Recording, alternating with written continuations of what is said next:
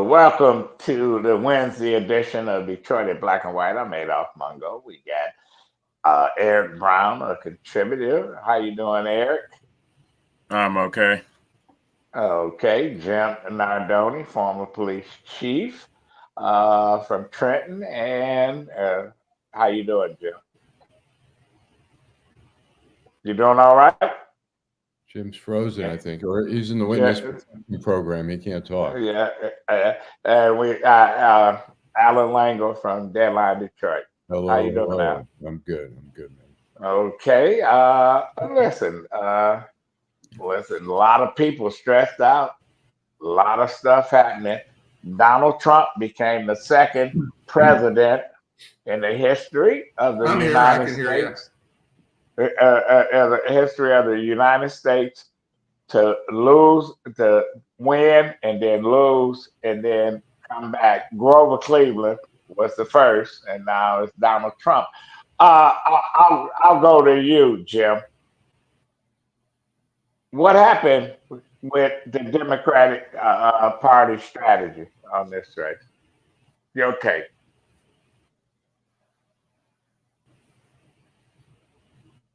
All right, Jim is frozen. Jim, I'll go to you, Allan. What's my take on it? I mean, I think a lot of Yeah. people were surprised, but I think in the end, I think Trump had a campaign of fear that seemed to really work. People fear of transgender, fear of immigrants killing people, fear of a woman, and I think in the end, look, Hillary Clinton, Nikki Haley was a viable candidate. She was knocked out by Trump. I think this country is just not ready to have a woman as president. Well, let me ask you this: What did the Democratic Party do wrong? What did they do Seemed like wrong? Well, I mean, it look, seemed like they didn't get anything right on this yeah. shit. Well, I mean, part of the thing is you've got Joe Biden, who suddenly, he gets shoved aside. She gets pushed in there right away. She's got to, catch up, which I thought she did a great job of catching up and trying. But look, Donald Trump went in, as you say, it was you and I talked about earlier, into the belly of the beast. He wasn't afraid before in 2020. He wouldn't have ventured much into Detroit except to maybe go to the Detroit Economic Club or the Huntington place or something. He went into Detroit. He went to a black church. He went to Hamtramck. He went to Dearborn. He went to the Arab communities, and they just let him, gobble that up. And he was able to get, he won Dearborn. He did much better in Hamtramck than he did in 2020. Well, he did what Coleman Young that was doing. Eric, your take on how did Democrats fuck up? They fucked up, Adolph, and I disagree 100% with Allan. They fucked up by spending too much time on concentrating on her, not focusing on any other races. And I said on July 21st, and I actually reread that New York Post article from July 23rd. She was just a terrible candidate. I said it before. I will continue to say it. She was a terrible candidate. But she was a candidate. What could a Democrats do? Because they threw her out there. And listen, man, on this show, I'm beat up on the vice president. Talked about her and shit. But she was there. So what could the Democrats do? What could they have done different to make people want to support her? And it's not about supporting her. What they could have done different was even Barack Obama felt they should have had a primary race. Had they had a primary race, then people would have had an opportunity to see who was the best. It was too late. Go ahead, Jim. Jim. We can't get Jim. I want to read something though. Well, I think she should have done is spent more time out with the American public. She needed to meet with the public instead of. She had an opportunity, and I just don't think. I think they hid from the public. Yeah, we got technical problems with Jim. I'll say it took her a while to get the rhythm. to being able to talk to the media on a regular basis. She did meet. I think she was out there. She all the time. I want to read something though. When we talk about what a terrible candidate she was, I'd like to read this. And somebody posted this. A former colleague of mine at the Washington Post, and he says, a black podcaster summed it up. It's a master class in white privilege. He can't say enough racist things to be a racist. He can't commit enough crimes to be a criminal. He can't fail enough times to be a failure. He can't say enough stupid things to be stupid. The idea of him overshadows any reality. The Christian savior who doesn't know the Bible, the adulterer, and who steals from charities. It's the promise of protection of whiteness he represents.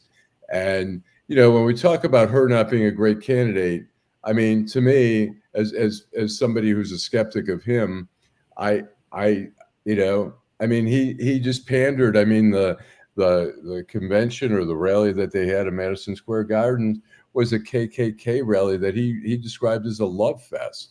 But but Allan, we have had listen, the 30s, 40s, and 50s and 60s. We have had governors and senators who was white supremacists, who was racist, who did all that shit. Listen, I'm not gonna get stressed out because Donald Trump lost. Democrats handed him the race. They did not protect the down candidates, the congressional folks, the state reps, and all that shit. Listen, Jim, and what did I tell you last year when I said Democrats that won in the state reps, they can be beat if they had the right candidates. And guess what?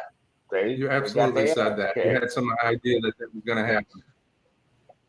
And I listen. Look, you'll take. I'm surprised. We had some. I'm surprised. Trump won. I looked at the Trenton numbers this afternoon, and Trump won big in Trenton. Riley Lennon won big in Mike Rogers won big in Trenton. It's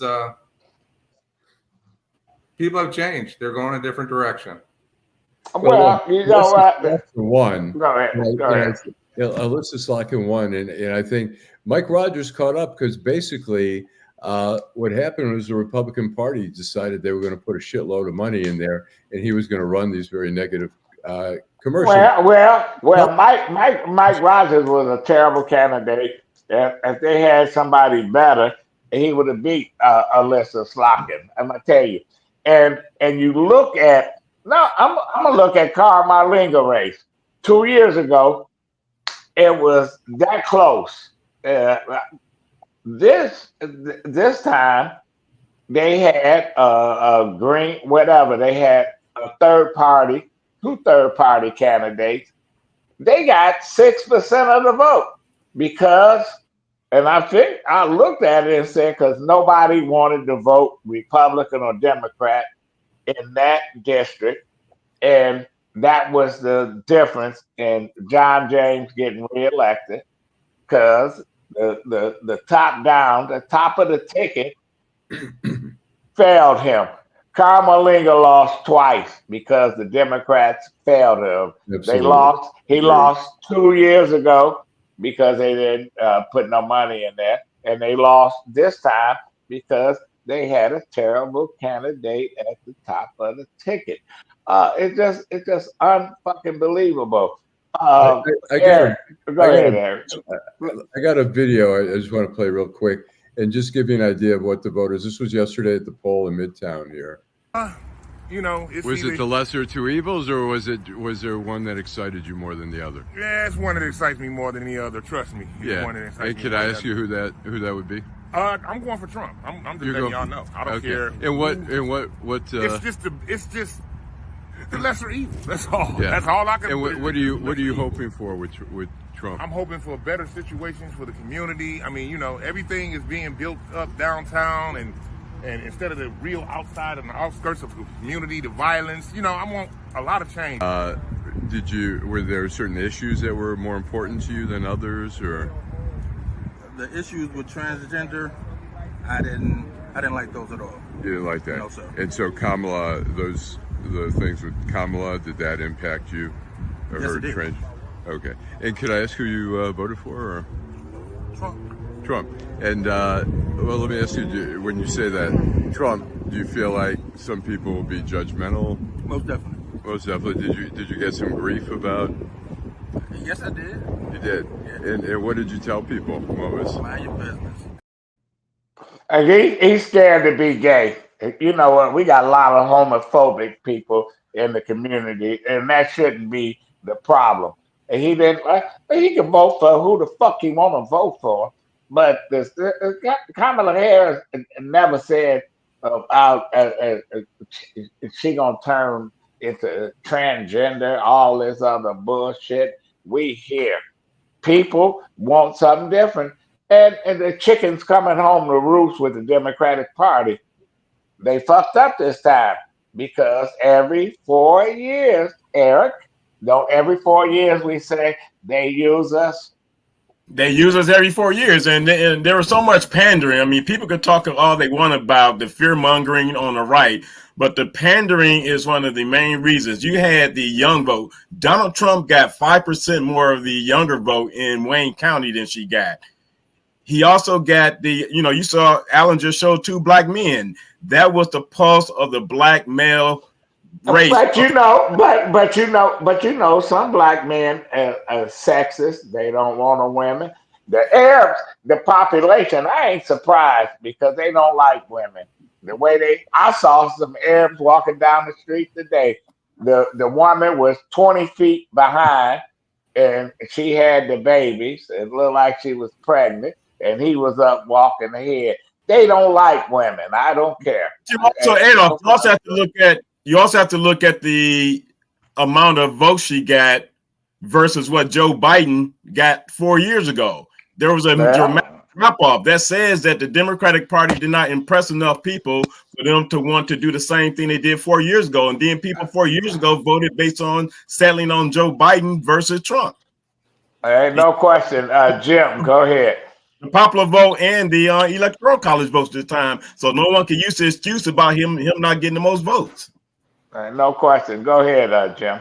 I'm sorry. What's the question, Adolph? I was having some. The question is, we have had technical issues with you. Tell us your take on the election. Well, two things. I've been thinking about it a lot, and I think 2 problems with the American public was first the anointment of the vice president. It's not her fault. I think that she was kind of given a raw deal on this whole thing, but they pushed her on the American public. They pushed her. The Democrats decided they couldn't win. They were in a panic. They said, "We got to win this election." Well, let's push the vice president out there. But they had people that they could have had. Tim Wentz. What was that about? Yeah, listen. Why would you pick somebody like him? I'm just trying to figure. Out of Minnesota. I'll tell you why. Why not Shapiro? Why not Josh Shapiro or Roy Cooper from?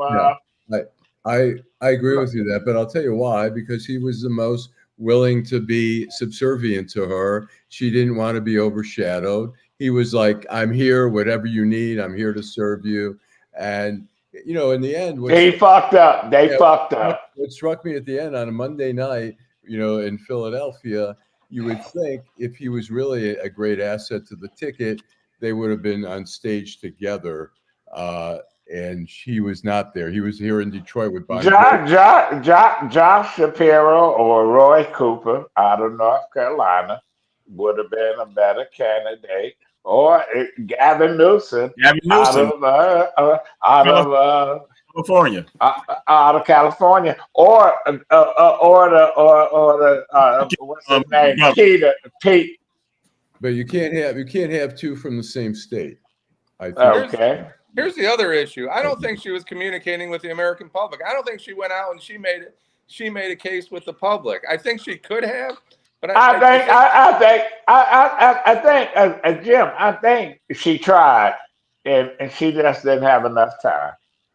I think she was out there the last few weeks I mean, if you followed her on the YouTube streaming and CNN and all that, she was out there a lot. She was, but I'm gonna tell you, here in the state of Michigan, they spent all the money on media and not on people. And the people that they needed to get out. See, have you seen, did you, Eric, Allan, or Jim? Did you see the usual suspect? Did you see Wendell Anthony? Was they getting souls to the polls? You don't have those kind of people anymore. What's his name? Malik Shabazz. He had been under the weather for a long time. They don't have those kind of people. No, Coleman Young, the senior, not the junior. right. They don't have all that anymore. That you can get, that you can mobilize people, you can get them out to the polls, and you can convince people to vote and stuff. Uh, Aaron Duggan, did you see him Oh, out you a lot?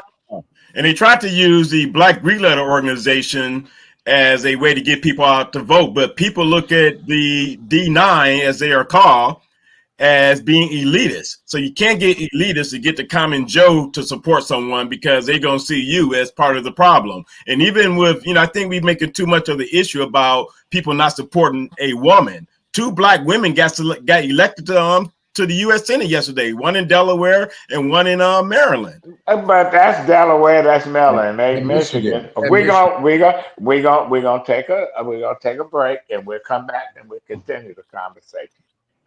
I love teaching others because when I first got into the healthcare field, people overlooked me. I was really a 9th grade dropout who had no education, but I was determined to make something of myself for my baby.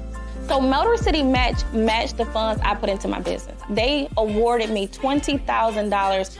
So now I'm able to focus solely on first step healthcare training and give it everything it needs. All because I live in Detroit.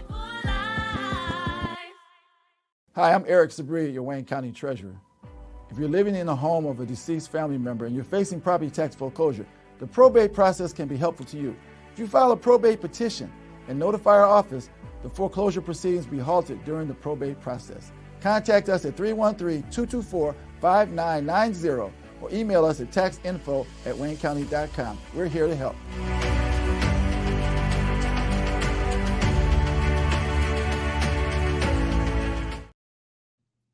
Well, welcome back to Detroit in Black and White. This is our Wednesday edition. Now, should Big Gretch take some blame for this? Eric, I'll go to you. I think she should, but I think she also stayed in the background due to her ulterior motives for the future. I mean, they already talking about her being a possible 2028 candidate. So she did not want to, because when 2028 comes, if Kamala had won, that's an opportunity for re-election. So she purposely stayed in the background due to her own ulterior motives. And that's just my opinion, but I think that's something that is a reality. Okay, Allan. I have a question for the panel here. Do you think that the Democrats are going to be a little bit more hesitant about having a woman nominee for president in 2020? Fuck no. Sooner or later, it got to happen. It got to happen. I don't think so. I don't think it is. They got to have a woman, and they got to have a woman that got the right message. Hillary problem was Bill. And they just took all this shit for granted, that they thought they were going to get all this ground swell of support, and they didn't get it. Harris, they threw her out there at the last minute. You know what? I beat up on her, and I talked about it, but she did a hell of a job with the time frame that she had. The Democrats just dropped the ball on that, Jim. Yeah, the suggestion that the American public won't, the voters will not elect a woman president, I think is ludicrous. We have governors all over this country that are women. I don't think. But we don't have a president. We don't have a president. Well, explain to me why Nikki Haley. Why I thought Nikki Haley was a much stronger candidate than Donald Trump. Why she got crushed? What's your explanation for Nikki Haley? Because Donald Trump played. Donald Trump is Donald Trump. He didn't listen to his advisors. He didn't listen to his consultants. He listened to Donald fucking Trump. So let me ask you guys. I have a question for He, you on that. I'm sorry. go ahead. So the vice president, she didn't take any risks. She just did what she was told to do. And well, she should have turned on Joe Biden. See, the bottom line is she should have said, "I ain't Joe Biden." She did. Thank you for your service. I thank you for your service, Joe Biden. She did that, but you know what? When she was on The View, they used that clip where they said, "Can you?" But that's a fucking View, and that ain't the View ain't shit. No, let me just finish and say she did say they asked, "Were you doing anything different?" She said, "I can't think of anything." They grabbed that as a commercial, and then Joe Biden then gave her the green light and said, "Yeah, go ahead. You're going to be different than me." Well, he didn't. She shouldn't have to wait. She shouldn't have to wait for Joe Biden to tell her to go ahead. You needed to go rogue on the shit, just like I tell. The few times that I talked to Garland Gilchrist, I told him go rogue on Richmond. You don't owe her nothing. She sure didn't show you no love when they cut that deal with Alyssa Slotkin and Debbie Stabenow. Shit. Listen, I know politics. We've been here and done that. They had a roadmap to victory, and they fucked up. They just fucking fucked up. So now we got all these people that got post-traumatic, whatever the fuck, like they've been at war. I ain't never seen this many stressed out people in my life. I'm like, I'm not gonna be stressed out. I'm not letting this shit bother me. I'm gonna continue to watch Gunsmoke and Alfred Hitchcock and all the other bullshit that's on TV. You got some freed up time now. You doing commercials. Yeah, but you know, what we're gonna do. Jim, your final thoughts. Well, I think she made a critical error, and I think that she needed to reach out more to the public. And you know, today she made a statement, and people are tearing up her statement. She just lost an election. Give her a little break. But I did notice something, right? She talked about the Constitution and paying attention to the Constitution and following the Constitution. But what she failed to recognize is the first three words in the preamble to the Constitution are "we the people." We are the people. We the people. It feels like we the people were left by the roadside by the Democrats, and that's what probably cost it. Well, we had worse times than this shit. Allan Lengel, go ahead. I'll just say it's going to be interesting. I mean, some people think that, you know, I mean, people talked in 2016 and said all that kind of crazy rhetoric that Trump spewed during the campaign, that he was going to settle down and be more of a uniter and get in the White House, and he was anything but that. And so there's those who are saying, well, maybe he'll settle down and he'll be a uniter again, but I don't have a lot of faith that he will. I hope. We can hope, but you know. Eric. I think starting today, and you know, the day is almost over with, but I think people have to focus on what they can do to coalesce, build coalitions and caucuses, and work together with one another, because at the end of the day, people are fed up with both the Republican and Democratic Party. And the only way you're going to get people to come to an agreement on things is to work together. They need to pay attention to what the population breakdown is and not just think identity politics is going to win you an election. Black people are foolish to think that they could have won this election on their own. They have enough time between now and the midterms, 2026, to coalesce and build some coalitions so that they are prepared for 2028. Well, I look at it with Sheila Tlaib. I always thought she was full of shit, and she showed me she's full of shit. And you know what? If I don't ever have to go to Dearborn ever again, I won't. They just as bad as when Orville Hubbard was running Dearborn. Now they got a whole another group of people. Listen, Trump don't like. What did he say about the Muslims? They shithole countries, Yemen and all these places, and they embrace them because I don't know. This was a different kind of election. This is what we. I had somebody say today is I don't want to talk about the election. How about them Lions? They made a trade, Jim. How about them Lions? Is Smith is he the guy? He's Mr. Right Now. I'll tell you that. They need somebody that can set the edge, and he looks like the guy that can do that. So that's only one edge. They really need two edge rushers, but I guess we're gonna see. Allan, the free agents in baseball, they got the national analysts saying most of them want to go to the Tigers. What the fuck is going on in Detroit? I think the coach, I think Finch is, I think he's a good coach. It's like Dan Campbell. A lot of the players in the NFL want to play for Dan Campbell. They love that he's really a player kind of guy. And I think the same thing with Hinch is that he's a smart coach, manager, whatever.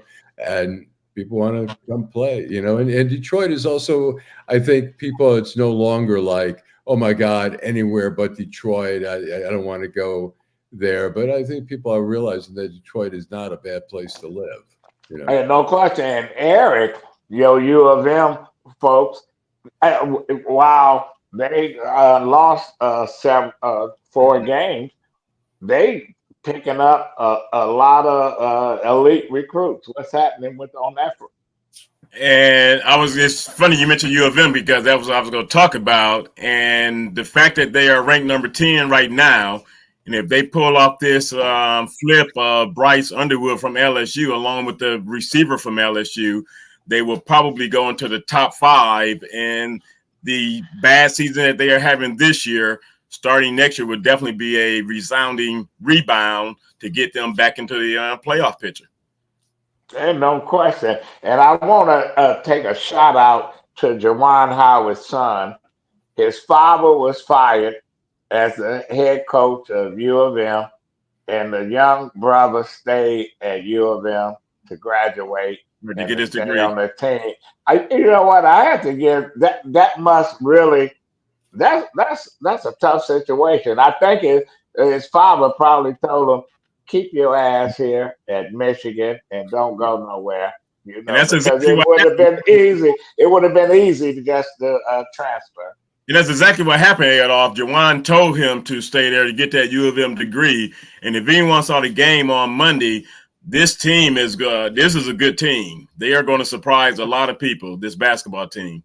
That's good. That's good. Well, we'll be back before we Friday. Leave. Go ahead, Jim. Can I ask you and Allan and Eric a question? How does the press look? Are they the biggest loser in this election? Oh, the press by far. By far. Yeah. Yeah. They got it wrong. And I was watching on yesterday early in the morning, and they was talking about the polls and all that. People keep forgetting polls don't vote, even though they don't vote. They don't vote. Billboards don't vote. Polls don't vote. The Iowa Des Moines Register had him losing the race by 3% nationally, and he won the state of Iowa by 12 percentage points. So that just tells you the polls are wrong. I would say this. I'll say this. When I went out yesterday to the poll here on Warren near I-75, I spoke to 9 people. And if you do that, and then I went to a barbershop on Puritan a couple weeks before, when you start to talk to people, it's a lot more effective than listening to the polls, because you're really getting a sense, like those 2 guys that we played. You get a sense of what is really impacting. I asked everybody about the commercial, and they not answering those questions on the phone. We'll be back Friday. So I think We'll the be press back. can temper, like by not relying just on polls, but getting out there and actually talking. You got the last word, Alan Langel from Deadline Detroit. We'll be back on Friday. This is Adolph Mongo, Alan Langel, Jim Nardone, Eric Brown, and all the people that listening and watching us. Teresa, thank you very much. Vanessa, get well. And we'll be back with you soon. Detroit in black and white. Yeah, Trump is the president. God damn. Whoops. I think, Teresa, am I taking us out on this? Whoops. Let me, oops.